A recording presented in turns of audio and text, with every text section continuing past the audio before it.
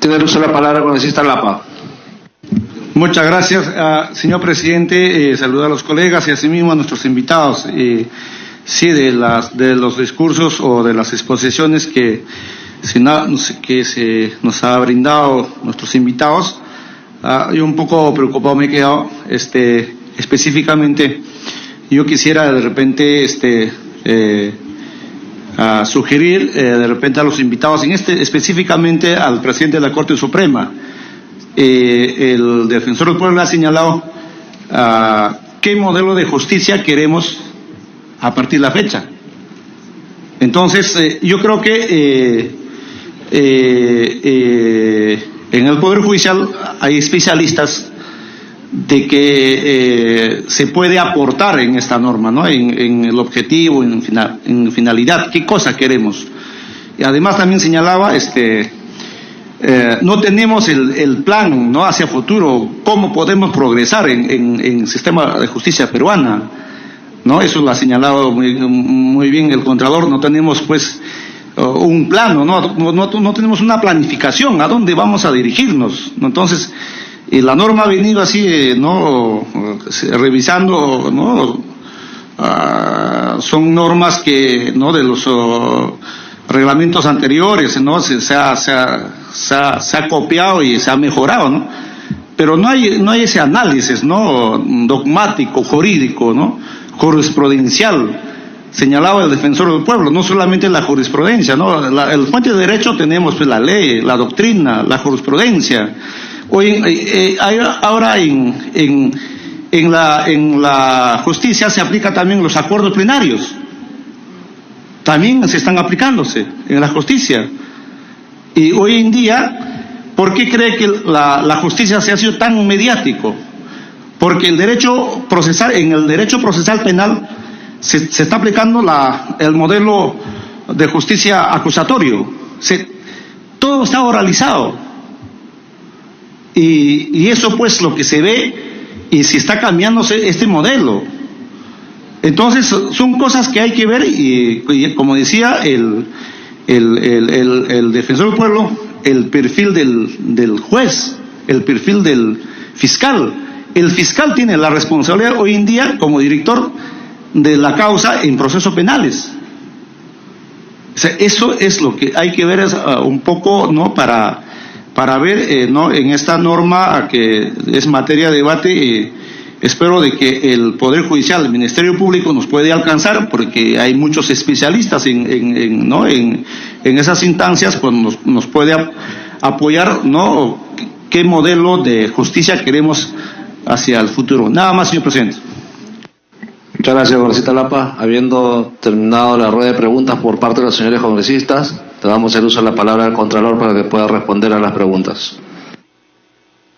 Gracias, señor presidente. Quizá vamos por lo último que ha mencionado el congresista Gino Costa.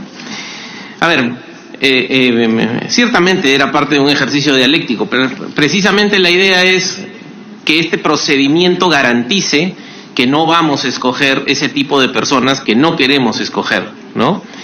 Pero,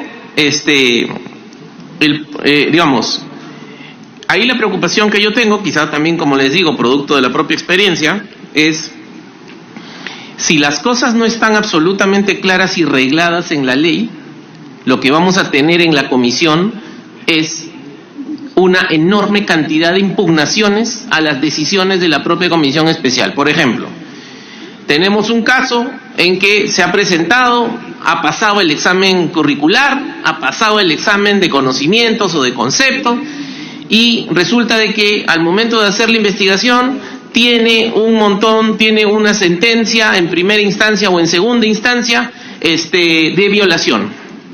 ¿Qué hacemos? ¿Lo nombramos o no lo nombramos? ¿Lo pasamos a la entrevista personal o no lo pasamos a la entrevista personal? Lo que yo me temo es que yo no quiero pasarlo, pero si no lo paso, ahí va a haber un problema de impugnación. Y entonces, como además todos los sujetos que van a postular a esta convocatoria tan importante, todos son abogados, Lo que me temo es que vamos a generar un enorme problema de gestión al interior de la comisión especial, porque vamos a llenarnos de impugnaciones. La única forma, entiendo, y disculpen, de repente soy un ignorante en este tema, es que la única forma en que efectivamente podamos escoger a las personas que queremos escoger es que este tipo de reglas tienen que estar en la ley que ustedes tienen que sacar. Porque eso es la experiencia que yo tengo en los procesos de selección que hemos hecho. Los niveles de impugnación son casi al infinito. Todo el mundo está en desacuerdo. ¿Por qué en la evaluación, en la entrevista, no? ¿Por qué me ha puesto 12? Oye, pero yo creo que te he puesto 12 por eso. No, impugna. Y entonces, por esa razón, hasta que, como todo hay que respetar en este Estado constitucional de derecho, el debido procedimiento, etcétera, etcétera, etcétera, todo eso, y hay que hacerlo, todo eso hace que los plazos se alarguen. Yo no sé si será posible. Por ejemplo, yo en mi ignorancia decía, podría de repente esta norma contener una disposición que, salvo en el caso de una nulidad o de alguna infracción al debido procedimiento, las decisiones de esta Junta no podrían ser impugnables por cualquier cosa, ¿no?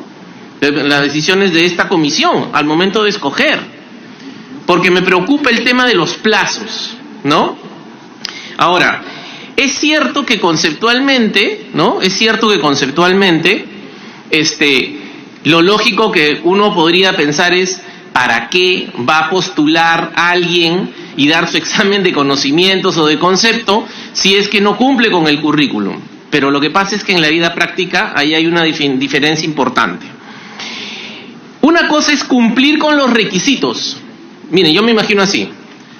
Yo voy a postular, entro desde mi computadora en un sistema en línea y meto todo mi currículum y automáticamente, con un algoritmo de inteligencia artificial que ya lo diseñamos en la Contraloría, dice quién cumple o no cumple los requisitos. Eso no es el punto. El punto de la evaluación curricular es que hay que verificar si todo eso que ha dicho es verdad. Entonces, o vamos a saltarnos ese procedimiento y que firme su declaración jurada. Ya, ¿y qué va a pasar si nos equivocamos? ¿Por qué? Porque, o sea, ¿qué pasa si... Ese es el tema, ¿no? Entonces, en esa lógica, ¿qué es lo que nosotros hacemos en la Contraloría cuando el proceso, el flujo es muy grande? El primer filtro es conocimiento. ¿Cumple los requisitos? ¿O es un checklist?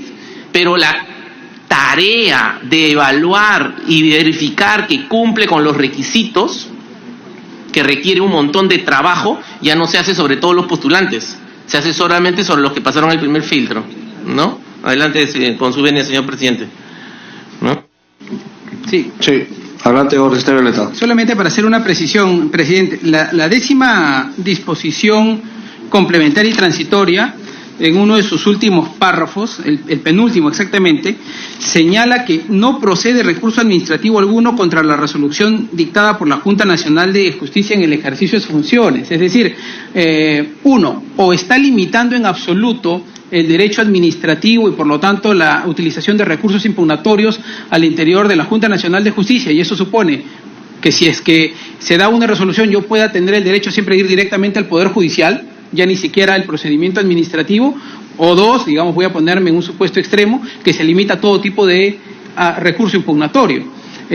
Y más bien de repente la discusión tendría que ir por cómo hacemos para acotar la jurisdicción y evitar de que esto se convierta en 1000 procesos en el ámbito jurisdiccional. Hablas de Contralor. Sí.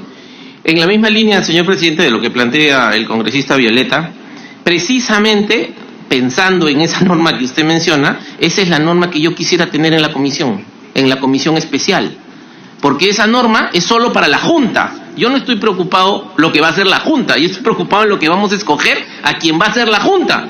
Entonces necesitamos que esa norma, y así, esa es otra de las razones por las que abogamos en el sentido de que debería haber una norma separada, por igual, todo el tema de las tachas, de todo el tema, o sea, yo creo que hay varios argumentos que ojalá ustedes puedan sopesar en su discusión de la necesidad de separar ambas normas. Ahora, en el caso de lo que mencionaba la congresista Glave, ¿no? Yo soy consciente de la enorme necesidad y urgencia de que salga esta norma, ¿no? Pero también tengo que anotar que tengo la preocupación de los plazos, ¿no? Cuando me refería a la necesidad de ampliar seguramente o de posiblemente ampliar el plazo de que se declare en emergencia el Poder Judicial, el Consejo Nacional de la Magistratura, disculpe, presidente, me refería a que estamos con los tiempos súper ajustados. De repente, una extensión de unos 30 días podría garantizar la holgura de que efectivamente se pueda tener una junta, porque si mal no recuerdo, en el mes de abril vencen los 9 meses, no sé exactamente qué fecha, ¿no? Y entonces imaginemos que se hace todo el esfuerzo con me parece una magnífica idea de que se sesione conjuntamente, nosotros así también ya no tenemos que ir a 2 comisiones, podemos venir a una sola, ¿no? Incluso podríamos, esta misma experiencia que hemos tenido a partir de la convocatoria del señor Defensor del Pueblo, de que se armen los equipos técnicos de trabajo conjuntos, incluyendo con los señores asesores de la comisión, para poder discutir esos temas, y con un cronograma de trabajo. Pero, aún así, si se logra ese cometido, el plazo para poder realizar el proceso de selección, de evaluación, la toma de los exámenes, etcétera, etcétera, es bastante pequeño. Y de repente puede ser que no lleguemos. Y ahí sí me preocupa porque, legalmente hablando, si no hay junta en funciones antes que empiece antes que termine ese plazo de la ley 3833, todo lo que está ahorita suspendido en el limbo se reactiva. Y entonces eso es algo que yo mencionaba que debería estar mapeado, ¿no? Con relación al tema de, mencionaba el congresista Gino Costa, el tema de por qué primero la evaluación teórica y no lo que es eso en realidad está asociado a lo que entendemos va a ser el flujo. Si se van a presentar 50 personas, no interesa el orden. Pero si se van a presentar 2.000, el orden es fundamental. Porque, como les digo, el proceso de evaluación curricular requiere mucho mayor trabajo de la comisión, en este caso de la Secretaría Técnica. En cambio, en el otro caso, una vez planteado los contenidos de los exámenes escritos de conocimiento, de conceptos, etcétera, la gente da su examen y hay un filtro automático. Con lo cual, yo quiero que tengan en presente que para el éxito eficiente de un proceso de selección, esto tiene que funcionar casi como el nuevo Código Procesal Penal, tiene que ser un embudo. Las etapas, más allá de la ponderación, para el orden de mérito siempre tiene que haber una ponderación porque al final hay que poner número del 1 al 20. Pero las etapas tienen que ser preclusivas. No pasa esta etapa y se queda, no pasa la otra etapa. Solamente van pasando los que van aprobando. Porque si no, el proceso técnicamente hablando, en este tiempo va a ser casi inmanejable. Un par de comentarios adicionales, si me permiten. Ya solo para terminar. Uno nomás. Que es el tema que bien se ha mencionado de el régimen de la nueva Junta, ¿no? Hay ahí, yo entiendo, y me parece muy bien, ¿no?, que haya una disposición en la cual a la nueva Junta le permita evaluar y ver qué pasa con los señores trabajadores del CNM, ¿no? Pero me parece que eso está incompleto, porque ¿qué es lo que pasa? Tal como se menciona ahí, es, viendo desde la perspectiva ya operativa, dice más o menos la norma, dice, haz una evaluación y en función de eso mira quién pasa del CNM a la Junta. O sea, ¿eso qué se entiende? Como bien dice el congresista Violeta, que si yo tomo el examen a las personas que trabajan ahorita en el CNM y alguno no pase el examen, ¿qué hago? ¿Lo voto? O sea, si hago eso, el Poder Judicial lo va a volver a reponer. Porque se tomó la decisión en su momento de que no se iba a cerrar por completo y a liquidar el CNM. Se mantuvo a todos esos trabajadores. Cuando empezó, y solamente con esto acabo, cuando empezó este proceso, me acuerdo en julio, habían más de 230 trabajadores en el Consejo Nacional de la Magistratura. A la fecha hay menos de 120. Y de esos 120, 80 79 para ser exactos, son planta. Régimen 276, contrato indeterminado. El punto es ese. Entonces, si realmente es la vocación de la ley de que haya un proceso de evaluación y que se pueda filtrar qué es lo que se queden los mejores de esos, entonces lo que en realidad lo que estamos hablando es que deberían aprobarse, ¿no?, un programa de retiro voluntario, ¿no?, de incentivos para comprar esas renuncias luego del proceso de evaluación, o antes del proceso de evaluación, mejor dicho, y de esa forma darle un marco legal mucho más adecuado para que esta idea, si es que esa es la idea, se pueda llevar adelante. Pero como bien ha señalado el congresista Violeta, en ese extremo yo creo que sí es necesario perfeccionar esa redacción, ¿no? Listo, presidente, gracias. Muy bien, tiene el uso de la palabra el presidente del Poder Judicial, el doctor José Lecaros. Gracias, presidente. El señor congresista Lapa hizo una pregunta respecto a la jurisprudencia y la dirigió al Poder Judicial. Antiguamente, el modelo de justicia hacía que el juez sea la boca de la ley, y así se decía, el juez es la boca de la ley y tenía que aplicar la ley estrictamente en sus propios términos. Ese concepto ya pasó a la historia. Ahora el juez hace derecho.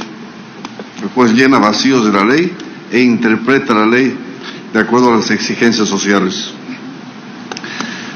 Pero no todos los jueces obviamente pueden crear jurisprudencia. Un juez de primera instancia no crea jurisprudencia. Hay organismos que están facultados por la ley para establecer jurisprudencia vinculante.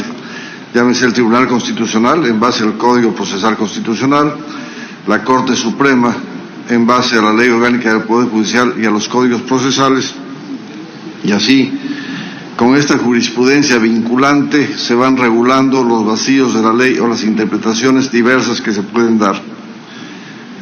Un juez o una persona que aspira a ser juez tiene que conocer esa jurisprudencia vinculante. No basta que sepa los códigos, que sepa las leyes de memoria, porque finalmente eso ni siquiera es necesario.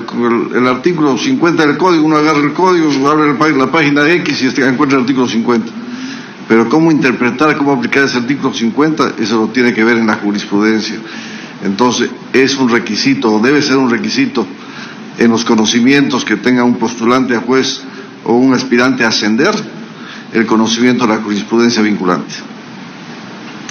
Por otro lado, yo en mi discurso el día de ayer dije una frase que la voy a repetir ahora. En el Poder Judicial no queremos más corruptos, no más hermanitos, en otras palabras. Pero esto caería en saco roto y quedaría pues en un lirismo si no contamos con un filtro, y ese filtro es la Junta Nacional de la Justicia. Mientras no hay una selección adecuada de jueces, ¿qué hacemos en el Poder Judicial? Yo he dicho públicamente, hace 10 años, por lo menos, sabíamos en la Corte Suprema quién era el señor Inostroza. Con el señor Xivina, que conformamos la Sala Penal Permanente, desde que yo vine en el 2001 a la Corte Suprema, pasamos decenas de copias a la OCMA por sentencias bastante sospechosas del señor Inostroza en el Callao, absolución de narcotraficantes, etcétera, etcétera. Lamentablemente, la OCMA de esa época no sé qué haría con esas resoluciones. Conté también la anécdota de que un día que yo entraba a la Corte Suprema en el año 2005, siendo presidente el doctor Vázquez Bejarano, me encontré con que el señor Inostroza iba a jurar como, en ese momento, vocal supremo provisional. Me alarmó el hecho y fui a mi sala, yo era provisional, le informé al presidente, el señor Xivina. El señor Xivina se paró raudamente, fue a la presidencia y evitó el juzgamiento, porque se sabía quién era Inostroza. El Consejo de la Magistratura, no obstante que Inostroza sacó el primer lugar para ser fiscal supremo, se negó a nombrarlo. Recurrió al Tribunal Constitucional, el Tribunal Constitucional ordenó que lo nombren, y el Consejo de la Magistratura, en franca rebeldía al Tribunal Constitucional y en uso de sus facultades, hizo 7 votaciones y no logró mayoría y no se le nombró. Lamentablemente este último Consejo de la Magistratura lo nombró. ¿Qué podíamos hacer en la Corte Suprema? Estaba nombrado, sabíamos quién era, pero no teníamos las pruebas para denunciarlo, porque el corrupto, y si es hábil, y Inostroza es pues bastante hábil, tan es así que sacó varias veces el primer puesto, sabe hacer las cosas, como se dice. Entonces, no deja pruebas, no deja huellas. No contó con que él iba a grabar las conversaciones y eso ha sido la causa de su caída. Pero, repito, si hubiera un buen Consejo de Magistratura y ahora una Junta Nacional de la Justicia adecuada, y Nostroza jamás hubiera sido nombrado juez de la Corte Suprema. Entonces, es necesario que se dé un perfil del magistrado y se dé las herramientas necesarias tanto a la comisión para escoger a los miembros de la Junta como a la propia Junta para que pueda investigar los antecedentes de los postulantes. Y por último quiero referirme a un tema que lo acabo de reparar, y si estoy equivocado rectifique. El señor defensor del pueblo que preside la comisión, el señor Contralor, quien habla, el fiscal de la Nación y el presidente del Tribunal Constitucional, incluso el rector de la Universidad Pública, somos funcionarios públicos y por tanto en adición a nuestras funciones propias de cada uno, nos dicen, ahora vean la Junta.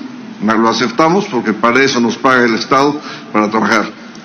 Pero el rector de la universidad privada, que no es funcionario público, algún rector va a querer emplear tiempo, recursos, etcétera, etcétera, postular, hasta hablar con sus colegas para que lo elijan. ¿Para qué? ¿Para el santo de qué? Entonces, pónganse a pensar en eso. O sea, ¿cómo se hace para que un rector de universidad privada, que realmente sea bueno, que realmente sea probo, se interese en participar en esta junta, en esta comisión?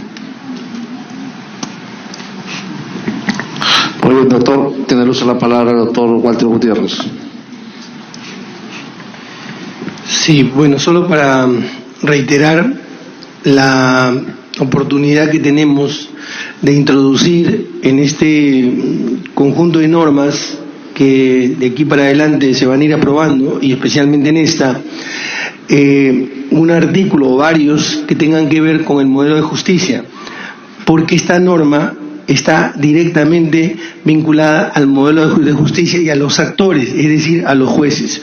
Quiero recordar que el Consejo Nacional, en la historia del Consejo Nacional de la Magistratura, no menos de 9 veces se renovó, se modificó el reglamento, cómo seleccionaban a los magistrados.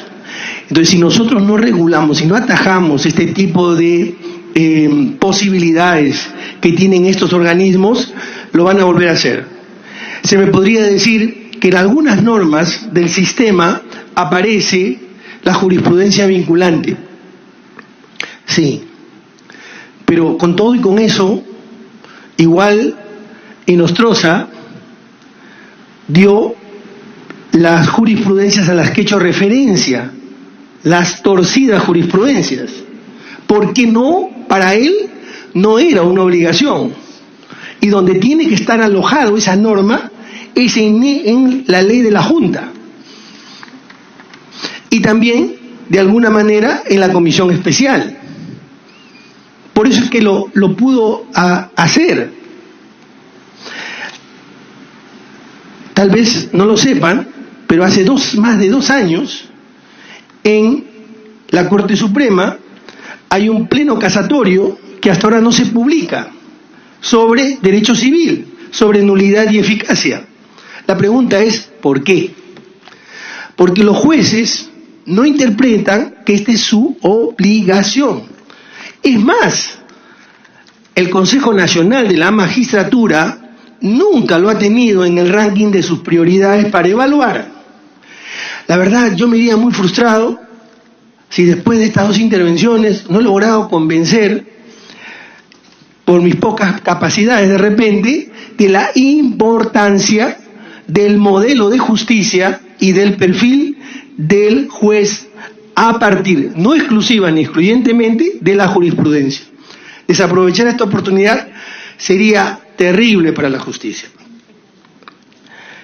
Luego, quería decir también que en efecto hemos presentado el día de hoy una iniciativa legislativa al amparo de las facultades que tiene la Defensoría del Pueblo, porque como ya se dijo aquí, la comisión especial no existe, pero sí existen los integrantes de la comisión, y nos reunimos en esa condición, en condición de integrante de la comisión. Y no es que el presidente del Poder Judicial con su equipo técnico trabaja, el Contralor con su equipo técnico. Lo que hemos hecho, nos hemos juntado para optimizar recursos y estamos trabajando para poder avanzar. Por eso una invocación, tienen que trabajar juntos, una exhortación, tienen que trabajar juntos. Es muy importante que puedan trabajar juntos, porque así optimizamos los tiempos, porque en efecto el problema que está por venir es muy grande. Al que alude la congresista Glave y el que refiere el Contralor es muy grande. No vamos a llegar si es que no apuramos el paso o trabajamos a buen ritmo. No vamos a llegar.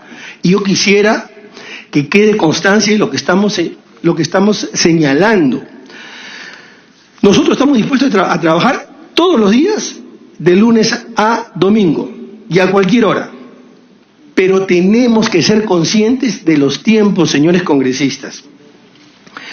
También quería decir que es altamente positivo que el presidente de la República lidere la reforma de la justicia. Cuando Pedro Pablo Kuczynski creó esta Junta para la Justicia, cuando la ministra de Justicia era Marisol Pérez Tello, yo saludé y le dije al presidente que mucho dependía su gestión del liderazgo que él tenga para dirigir la reforma de la justicia. Por eso está muy bien que el presidente lidere la reforma de la justicia. Y está muy bien que el ministro de Justicia haya hecho más de la mitad del trabajo, porque más de la mitad del trabajo de alguna manera está hecho. Esto no es, digamos, este trabajo no es que no sirva, al contrario, ayuda bastante.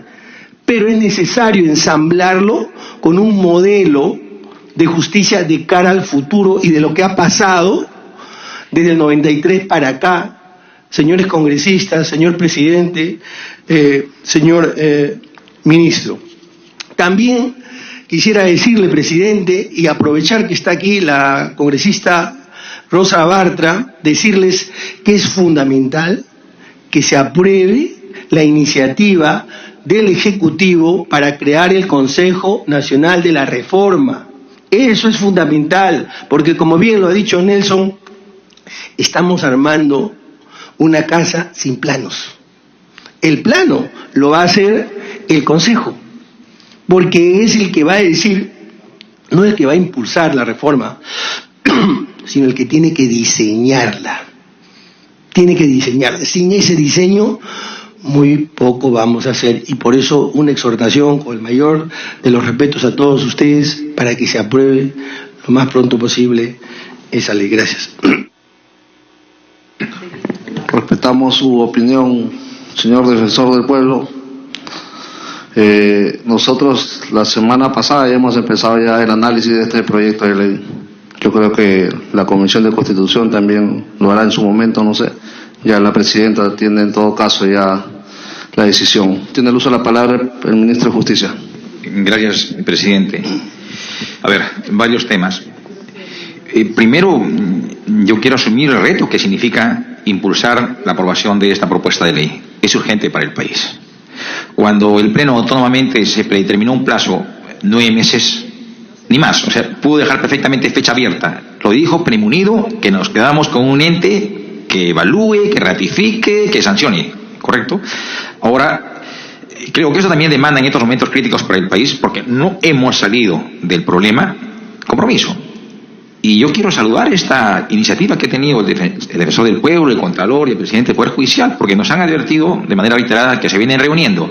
Y qué bien, y síganse reuniendo. O sea, no esperen que se promulgue la ley para recién sesionar y armar el reglamento, las directivas. No, por el contrario. Con esta dinámica, flexibilidad constructiva que han mostrado para consolidar este proceso, pues pueden hacerlo desde ahora. Y bienvenido, den por descontado que el país y particularmente el gobierno lo va a saludar. Y cuanto apoyo requieran, lo tendrán a su disposición. Eso denlo por descontado. Lo segundo, se me dijo que hemos traído aportes para el ministro de Justicia. No, corrijámonos y ordenémonos. Los compartimos. El aporte es para la comisión, ¿correcto? Y hemos venido a hacer eco de las sugerencias, recomendaciones, y no hemos traído una idea absoluta y rebatible. Hemos traído un aporte pensando en el país y con la autonomía que tiene esta comisión y este Congreso, puede sumar. Estamos en eso. Lo tercero, yo quiero agradecer las palabras finales, señor defensor. Se ha hecho un gran esfuerzo para impulsar este proyecto de ley. Pero eso no puede llevarnos a la ligereza y facilidad de adjetivar esta propuesta como populismo.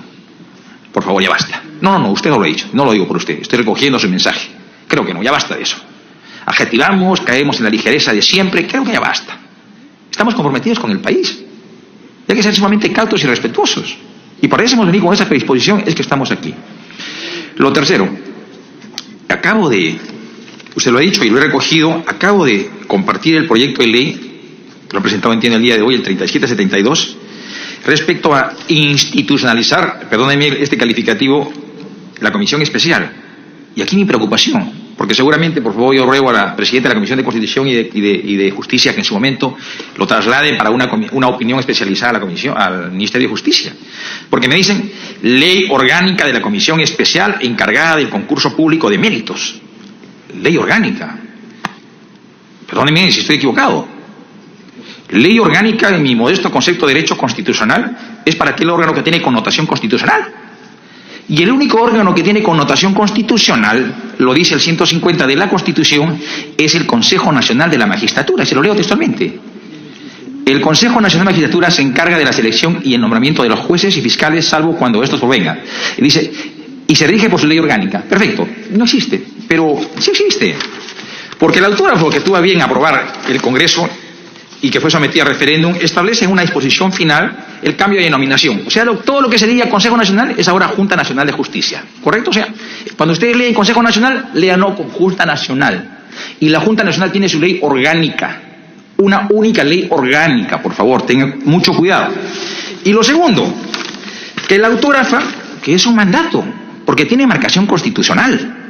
O sea, esto ha sido aprobado por referéndum constitucional. Dice, en el artículo 155, el concurso de méritos está a cargo de una comisión especial de méritos de la Junta Nacional. O sea, tiene una única y exclusiva función, una comisión especial. Y lo segundo dice, la comisión especial debe instalarse 6 meses antes del vencimiento del mandato de los miembros de la Junta Nacional de Justicia y cesa con la juramentación de los miembros elegidos.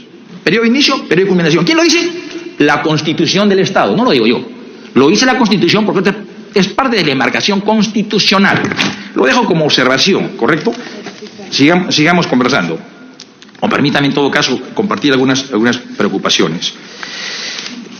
Hemos modificado el 154, 55 y 56, el resto no. Cuando el 158 nos dice que el Parlamento puede sancionar por falta grave a los consejeros, obviamente también se mantiene ahora para los integrantes o miembros de la Junta Nacional de Justicia. O sea, que no se nos diga, no, es que son inalcanzables porque ya no se los puede sancionar. Sí, señor, está perfectamente habilitado por la Constitución para poderlos sancionar. Y sigo con el concepto de que tiene una eventualidad de vigencia. Elegir a la Junta Nacional de Justicia, de ahí quedó. No quiero desmerecer en absoluto el esfuerzo de los señores integrantes de esta comisión especial. Y comparto, obviamente, el comentario dogmático que se nos dice, ya estamos compenetrados como sistema jurídico en lo que significa la jurisprudencia. Sí, pero, a ver, precedente vinculante del Tribunal Constitucional, jurisprudencia doctrinaria del Tribunal Constitucional para los jueces, ¿no es cierto? Luego los llamados plenos o acuerdos casatorios, acuerdos plenarios de la Corte Suprema. ¿Y qué más genera jurisprudencia? Yo estoy de acuerdo que revisemos el modelo del sistema jurídico, pero aquí, o sea, el espacio tiene que ser macro. O sea, acá no vamos a perfilar a definir el sistema o el modelo jurídico del país. Aquí hay 2 grandes modelos. Y nuestro modelo ha estado sumido en lo que es el sistema germano-romano, para ser claros. Recientemente se está entrelazando con el modelo del common law, que incorpora la jurisprudencia y que tiene ascendencia y es obligatoria. Pero es un modelo que está en proceso. O sea, no es que rija todo fallo es obligatorio para todos, no. O sea, está en proceso constructivo. De acuerdo, discutámoslos, pero en su momento. El otro aspecto es en el tema de los rectores. Nosotros no hemos venido y con la mayor consideración, a sorprender a esta comisión, en absoluto. Hemos venido con la mayor consideración y respeto. Se ha aprobado el decreto legislativo 1451, y el 1451 modifica la 8ª disposición de la ley universitaria, y ahí establece textualmente que es el Ministerio de Educación, el ente rector encargado de la elección de rectores de universidades públicas o privadas. Y más aún, dice, ¿no?, coordina con la Oficina Nacional OMPE la asistencia técnica necesaria para el desarrollo de los procesos de elección que correspondan. O sea, nosotros no hemos venido a traerles una propuesta subjetiva, parcializada, sesgada para direccionar la selección, en absoluto. Simplemente estamos recociendo y regulando nuestra propuesta en el marco normativo vigente, no más allá de ello. Y finalmente se nos plantean 3 interrogantes sobre la paridad. Primero, yo me adhiero plenamente a lo expresado por la congresista Marisa Glave y me relevo de mayores comentarios en ese tema. No los encuentro justificables. Lo segundo, en el tema de la exclusividad. Sí, yo lo he pensado y lo expliqué en ese momento. Nos hubiera agradado que sea un ejercicio a exclusividad, pero no puede ir más allá de la Constitución. El 40 de la Constitución permite que todo funcionario público pueda ejercitar docencia universitaria. O sea, tendría que modificar la Constitución o transgredir la Constitución, y eso no lo voy a aceptar. O sea, tengo que apegarme a la Constitución porque es una propuesta, y más aún porque ustedes la van a revisar. Ustedes la van a revisar. Y lo último, si me dejan terminar con toda la consideración. Sí, bien. Cuando me hablan de recursos impugnables, o sea, son inimpugnables, tampoco hemos traído ninguna novedad. Es lo que dice textualmente el artículo 153 de la Constitución. Son inimpugnables lo que resuelva en su momento el Consejo Nacional y hoy día el Jurado Nacional de Elecciones.